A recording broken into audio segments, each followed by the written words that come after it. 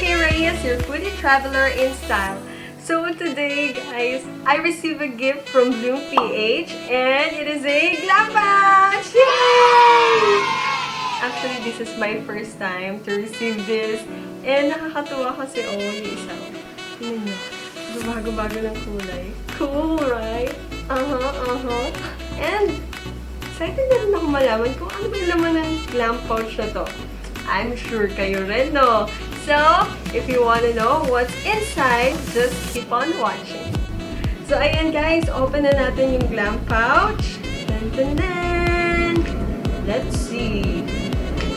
Ooh, first one is the Vice Cosmetics Lipstick. Tingnan natin. Wow! Siya. Maganda yung kulay. At ito ay matte lipstick na bet na bet.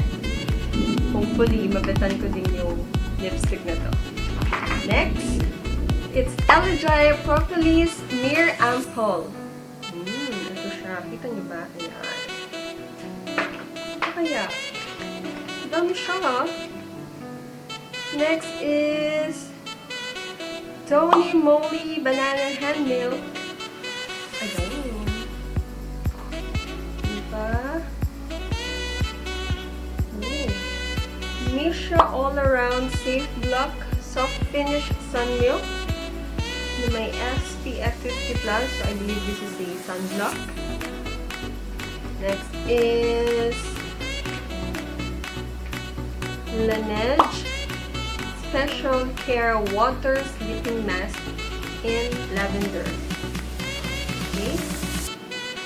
Okay, last but not the least is medyo malaki. It's Pretty 3-Step Strawberry Seed Nose Strip. So, ayan siya. May 1, 2, 3 steps para gamitin. Pero, to open your pores, blackhead removal, and para i-close yung pores mo. So, ayan. Ayan guys, ito na yung laman ng GLAMPOUCH natin. Nakakatuwa, puno-puno ng beauty products.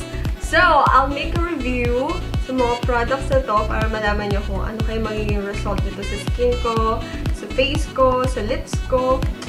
And of course, I'm pretty sure, curious kayo, paano ba makareceive ng GLAMPOUCH? All you have to do is subscribe to bloom.ph. I'll put the link below para malaman nyo agad. And, ano na yung GLAMPOUCH nyo?